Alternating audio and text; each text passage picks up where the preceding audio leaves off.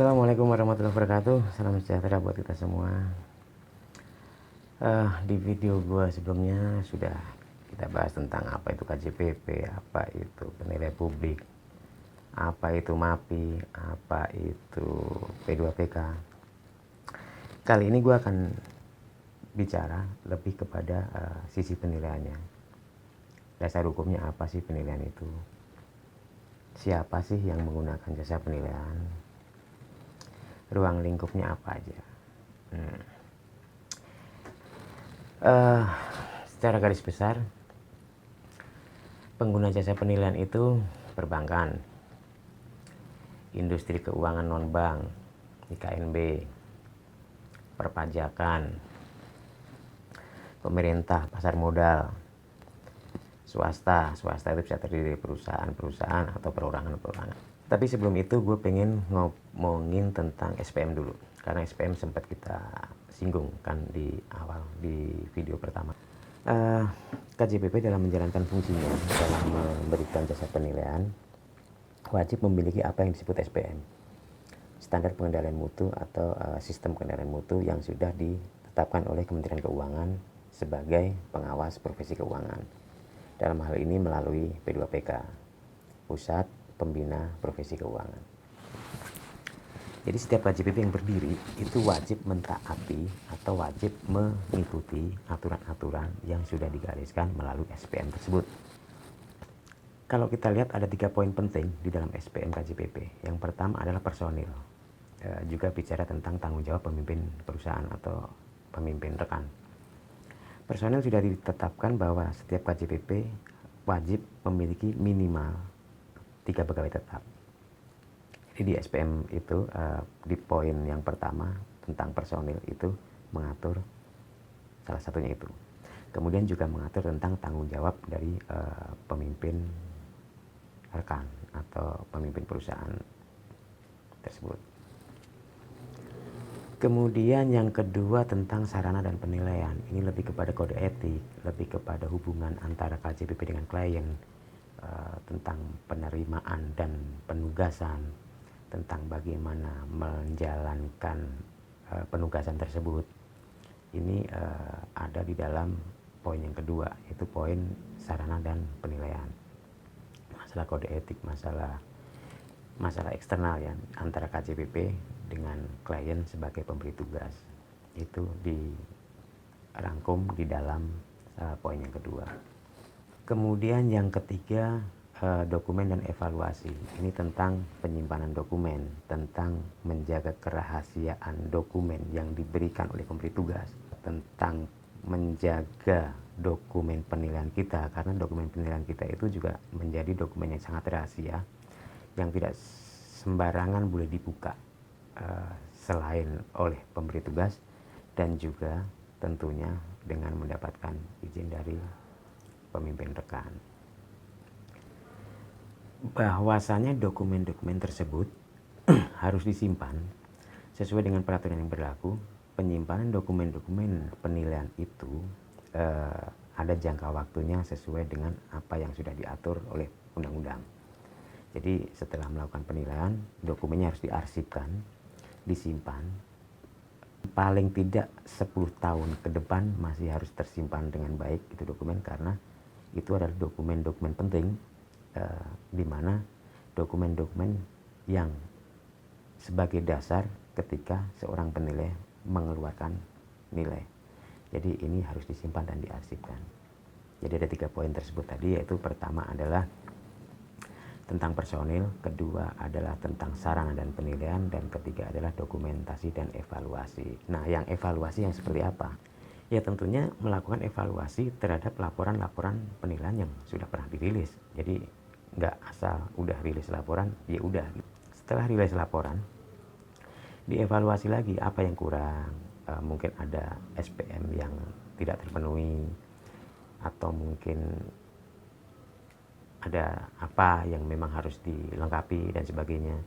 Karena setiap laporan yang kita keluarkan itu ada pertanggungjawabannya untuk dilaporkan kepada regulator. Sedikit tambahan aja, prosesnya seperti apa sih untuk menerima pekerjaan penilaian itu? Yang pertama adalah kita harus menganalisa lingkup penugasan yang akan diberikan kepada kita. Di sini biasanya KJP mengeluarkan semacam surat penawaran atau proposal, yang di dalam proposal itu sudah diatur juga harus ada identitas penilainya, harus ada siapa pemberi tugasnya, harus ada apa objek penilaiannya, harus ada mata uangnya apa, harus ada tujuannya untuk apa dan sebagainya, dan yang pasti harus ada fee-nya berapa gitu. Yang kedua tentunya setelah pekerjaan didapat, setelah disetujui oleh pemberi tugas, KJPP menentukan personil, siapa yang mau mengerjakan, mengirim orang untuk melakukan inspeksi lapangan, untuk mendapatkan data-data objek penilaiannya, untuk mendapatkan data-data pembandingnya. Setelah itu didapatkan, baru melakukan atau menentukan pendekatannya apa, metodenya seperti apa, untuk mendapatkan kesimpulan nilainya. Setelah itu baru masuk ke tahap berikutnya tentang laporan penilaiannya, membuat satu deskripsi penilaian, memberikan informasi-informasi yang terangkum atau tersusun di dalam sebuah laporan, yang mana laporan tersebut harus disahkan dan ditandatangan oleh penilai publiknya atau penanggung jawabnya dari pekerjaan tersebut. Jadi itu proses mulai dari penerimaan pekerjaan sampai pembuatan laporan. Nah, setelah itu baru di internalnya kita melakukan pengarsipan dokumen seperti yang sudah disebutkan tadi di awal. Kurang lebih seperti itulah gambaran tentang SPM, prosedur penerimaan klien dan sebagainya. Sekarang kita akan masuk ke dasar-dasar penilaian. Sebenarnya dasar penilaian ini sudah pernah kita singgung di video sebelumnya, ya walaupun cuma sedikit sekilas aja, tapi kali ini kita akan coba membahas lebih jauh lagi tentang dasar-dasar penilaian, karena dasar-dasar penilaian ini berhubungan dengan peraturan-peraturan dari kementerian. Kalau kita bicara dasar hukum penilai atau dasar hukum penilai publik lebih tepatnya, ini kita akan berbicara tentang peraturan-peraturan yang mengatur penilai publik dalam menjalankan aktivitasnya sebagai penilai, dalam memberikan jasa penilaian. Karena di dalam peraturan tersebut sebenarnya kan sudah diatur tuh perizinannya seperti apa, lingkup penilaiannya itu apa aja, apa yang boleh dikerjakan, apa yang nggak boleh dikerjakan, bahkan sampai ke sanksi-sanksinya itu sudah diatur di dalam peraturan PMK tersebut, peraturan Menteri Keuangan. Dengan demikian kita akan bicara tentang PMK nomor 101 tahun 2014, itu tentang jasa penilai. Peraturan ini sebenarnya sudah mengalami 2 kali perubahan, di tahun 2017 dan di 2019. Di tahun 2017 itu terjadi perubahan dari PMK 101 itu mengenai registrasi penilai, mengenai penambahan izin penilai personal property, kemudian perubahan jumlah SKP yang harus dipenuhi oleh penilai publik. Kemudian perubahan di 2019 itu lebih kepada pelaporan penilaian. Nah, ada pelaporan bulanan dan pelaporan tahunan. Kurang lebih perubahan-perubahan seperti itu. Sebenarnya kalau kita bicara peraturan tentang PMK 101 ini, sebelumnya juga sudah pernah muncul peraturan dari kementerian.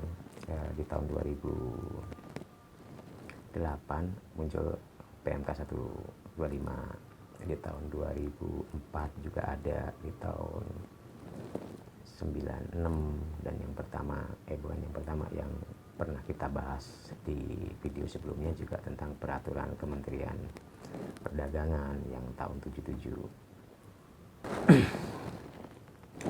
Selanjutnya kita akan bicara tentang badan usaha apa sih yang membutuhkan jasa penilaian.